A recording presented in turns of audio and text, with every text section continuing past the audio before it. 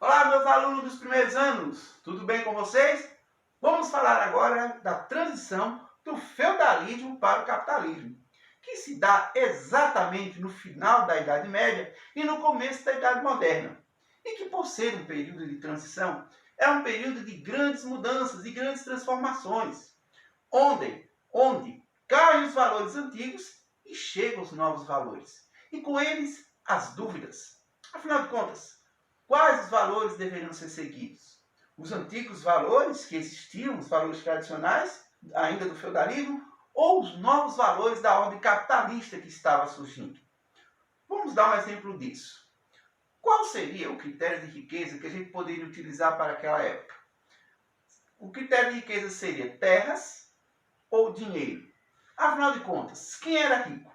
Aqueles que tinham terras, mas que não tinham dinheiro? Ou aqueles que tinham dinheiro, mas não tinham terras? Por aí você tira como é difícil explicar um período como esse. Um período marcado, como eu já falei antes, por transformações que iriam mexer com a história da Europa naquela época. E que, consequentemente, posteriormente, iriam mexer também com a vida de outros continentes, como é o caso das Américas. Até porque, com a Idade Média, vem a expansão marítima mercantil europeia. Esse período da transição do feudalismo para o capitalismo, ele é marcado por alguns fatos históricos que eu vou enumerar para vocês aqui agora. O primeiro deles foram as cruzadas, expedições militares que tinham como objetivo retomar o domínio cristão sobre a cidade de Jerusalém, que naquele período estava sob controle dos árabes, dos muçulmanos.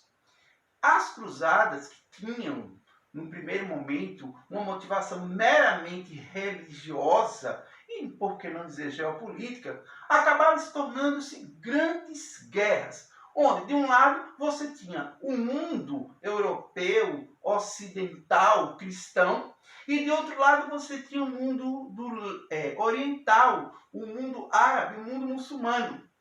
Esse confronto, que para alguns historiadores pode até ser considerada a primeira guerra mundial, entre aspas, ela foi importante porque colocou em contato dois modelos de mundos diferentes. De um lado, o mundo ocidental e de outro lado, o mundo oriental. E acabou por disseminar um conjunto de trocas que resultaram em práticas de comércio entre povos diferentes, mas que acabaram se interrelacionando entre si. Portanto, as cruzadas foram importantes para moldar um pouco a sociedade, a economia e, por que não dizer também, as ideias da Europa, justamente na Baixa Idade Média. Além do fato das cruzadas, podemos citar também o renascimento comercial e o renascimento urbano. Quando a gente fala de renascimento, dá a impressão que tanto o comércio como as cidades estavam mortas durante a Idade Média, o que não é bem verdade. Podemos dizer que tanto o comércio quanto as cidades entraram num franco processo de decadência. Exatamente. E essa decadência aconteceu por vários motivos. Vamos falar do comércio, por exemplo. O comércio, ele fica no segundo, como uma atividade comercial de segundo plano, porque a Igreja Católica colocava duas coisas que dificultavam muito as atividades comerciais. Uma delas era o chamado preço justo, que significava dizer o seguinte, que se alguém comprasse por 10, tinha que vender também por 10. Isso significa ausência de lucro. E sem lucro, o comércio não sobrevive, ele não tem continuidade. Até porque quem compra e vende o faz porque quer ganhar alguma coisa em cima disso. Além disso, a Igreja Católica também proibia a prática de usuras. No caso, que significa o quê? Empréstimo de dinheiro a juros. Com essa realidade, dá para imaginar por que os principais comerciantes medievais eram justamente quem? Os judeus. Claro, eles não eram católicos, portanto, estavam livres das ameaças de irem parar para o inferno feitas pela igreja. Além disso, durante a Idade Média, as rotas, os caminhos eram muito difíceis. E por outro lado, cada feudo se colocava como sendo autossustentável. A gente já viu isso quando falou sobre o feudalismo. O comércio ele começa a reaparecer e ele é impulsionado em boa parte pelas cruzadas, como eu já falei antes, que impulsionou contato entre povos diferentes. E esses contatos passam a ser também no campo comercial, no campo de se fazerem vendas de produtos, trocas, etc. Esse renascimento do comércio, tá? Ele vai ser importante a partir do momento em que você vai ter várias rotas comerciais pelo continente europeu. E quando essas rotas se cruzam, você vai ter as chamadas feiras, as feiras medievais, que a gente pode dizer que são as tataravós das atuais feiras que nós temos até hoje. Afinal de contas, responda para mim, você que está assistindo esse vídeo. Qual o lugar onde praticamente você compra e vende de tudo? São as feiras, que por sinal elas existem até os nossos dias. As feiras medievais elas surgiram exatamente onde essas rotas comerciais se cruzavam entre si. E é bom lembrar que nas feiras também eram negociadas as chamadas letras de câmbio, trocas de moedas entre feudos diferentes, e que eram negociadas justamente sobre os bancos das feiras. Não é de se estranhar que até hoje as principais instituições financeiras são chamadas de bancos. Pois é, então essas feiras elas dinamizaram o comércio daquela época. E a partir do renascimento do comércio, do ressurgimento do comércio, nós vamos ter também um plus que vai dar uma força para que as cidades medievais elas voltem a ter importância que perderam no começo do processo do feudalismo, no começo da Idade Moderna. E por que essas cidades elas vão entrar nesse processo de decadência? Lembre-se, durante a Idade Média, a Europa viveu um período de invasões de povos que os europeus chamavam de bárbaros, mas a gente sabe que eram povos que não pertenciam ao Império Romano.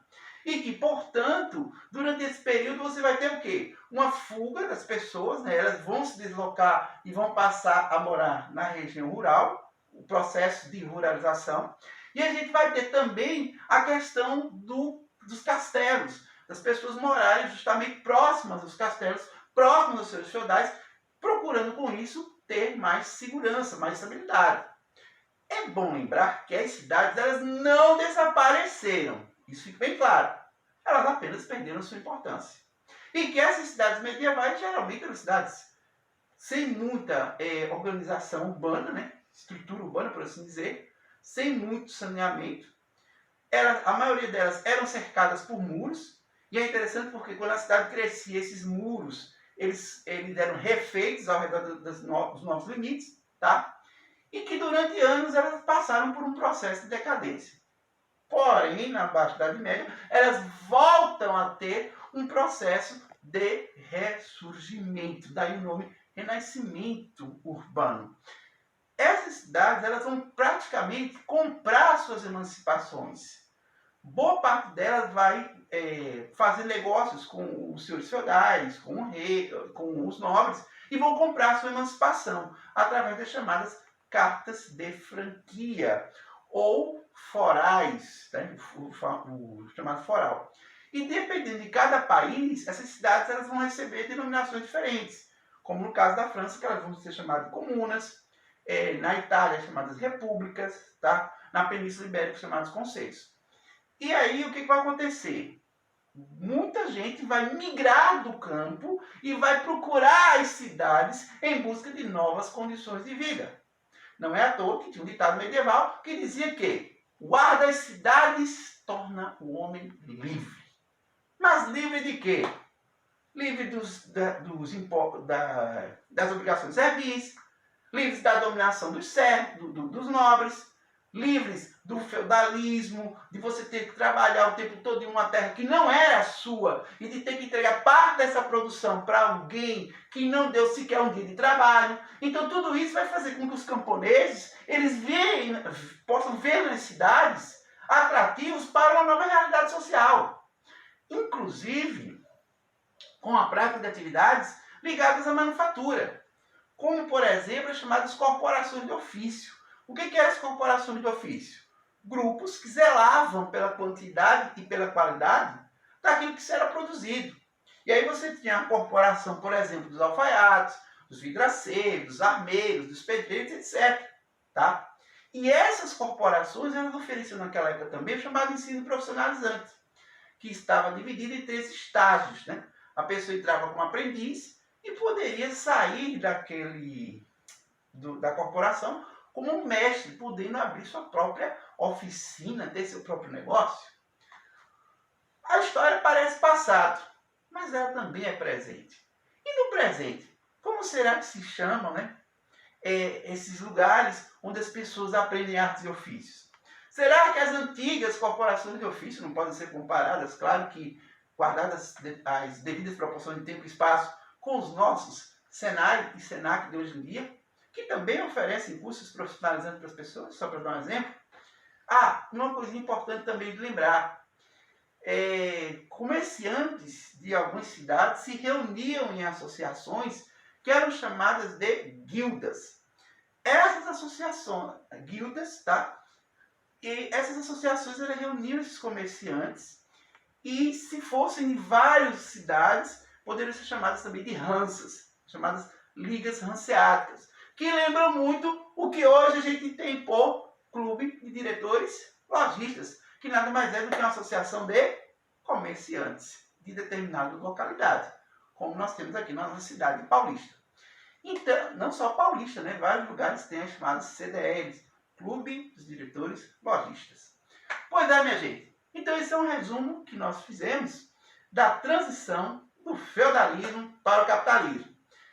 Em breve, nós vamos mandar também, juntamente com esse vídeo, a ficha resumo com esse material para que vocês possam ler, estudar e complementar as suas informações.